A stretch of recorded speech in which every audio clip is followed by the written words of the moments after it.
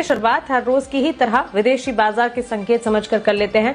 सबसे पहले एशियाई बाजार पर एक बार फोकस करते हैं। एशियाई बाजार में आप देखिए फिलहाल शुरुआत जो होती हुई दिख रही है, एसजीएक्स निफ्टी 118 अंकों की तेजी दिखाते हुए 15,890 के आसपास फिलहाल ट्रेड करता हुआ। इनफैक्ट 15,890 के पार यहां पर फिलहाल आधे प्रतिशत के ऊपर की तेजी देखने को मिल रही है। इसी के साथ अगर आप हांगकांग के बाजार देखेंगे, यहां पर भी हम देख रहे हैं कुछ हद तक 93 अंकों की अच्छी बढ़त के साथ कामकाज है। निकाई में भी 425 अंकों की मजबूती जरूर देखने को मिल रही है और डाउ फ्यूचर्स की तरफ से भी मजबूती करीब 153 अंकों की बढ़त के साथ ट्रेड देखने को मिल रहा है। लेकिन शुक्रवार के ट्रेडिंग सेशन में अमेरिकी बाजार टूटते हुए दिखे। करीब 150 अंकों की गिरावट डाउ में देखने को मिली, तो 105 अंकों की बिकवाली नैस्डैक से भी हमें देखने को मिली है।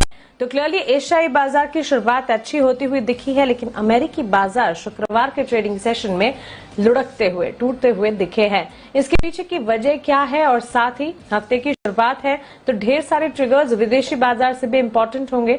सब कुछ विस्तार से जान लेते हैं दीपांशु भंडारी से। Deepanshu, good morning. बताएं विदेशी बाजार के संकेत आज कैसे समझे, क्योंकि एशियाई बाजार की शुरुआत अच्छी है लेकिन शुक्रवार के दिन अमेरिकी बाजार टूटे हैं।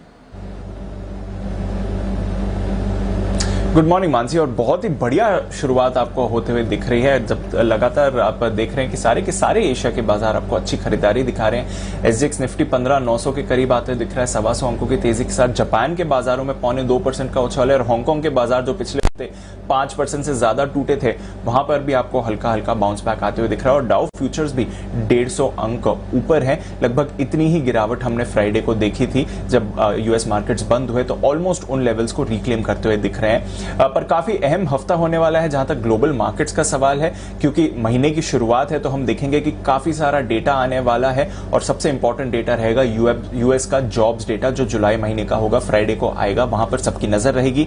इसके साथ ही चीन जो टेक्नोलॉजी कंपनीज पर लगातार एक्शन लेता हुआ दिख रहा है, उस पर क्या कुछ और प्रोग्रेस होती है, क्योंकि अब तो यूएस में भी जितनी भी चीनी लिस्टेड कंपनीज हैं वहां पर आप देखेंगे तो निगरानी बढ़ गई है। बैंक ऑफ इंग्लैंड की पॉलिसी आने वाली है। साथ ही यूएस में $1 लाख करोड़ के इंफ्रा स्टिमुलस पैकेज पर भी चर्चा चल रही है। और एक और बात, कोरोना, हालांकि बाजार इस पर ज्यादा रिएक्ट करते नहीं है, बट हमने देखा शुक्रवार को यूएस में 1 लाख से ज्यादा दिन के नए कोरोना मामले आते हुए दिखे, जो कि 5 महीनों के उच्चतम स्तर पर है।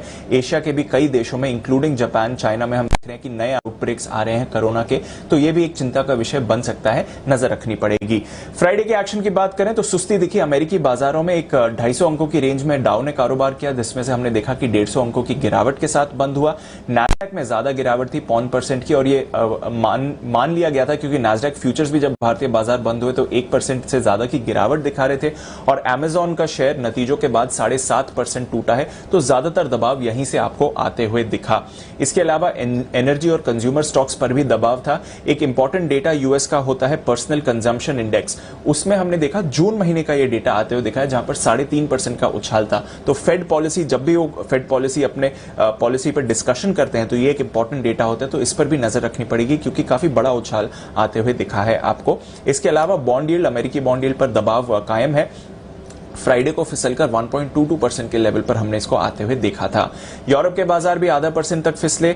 ब्रेंट 75 के करीब है, हल्का सा दबाव आपको आज आते हुए दिख रहा है। सोने पर भी दबाव है, हालांकि डॉलर स्टेडी दिख रहा है। और क्रिप्टो करेंसीज पर नजर रखिए, काफी वॉलेटाइल हफ्ता रहा, पर फ्राइडे सैटरडे को हमने अच्छी गेंस देखी। $40,000 के करीब आपको बिटकॉइन ट्रेड करते हुए दिख रहा है। तो काफी सारा एक्शन है, और क्योंकि महीने की शुरुआत है तो एक इवेंट पैक्ड, डेटा पैक्ड हफ्ता होने वाला है ये ग्लोबल मार्केट्स के लिए।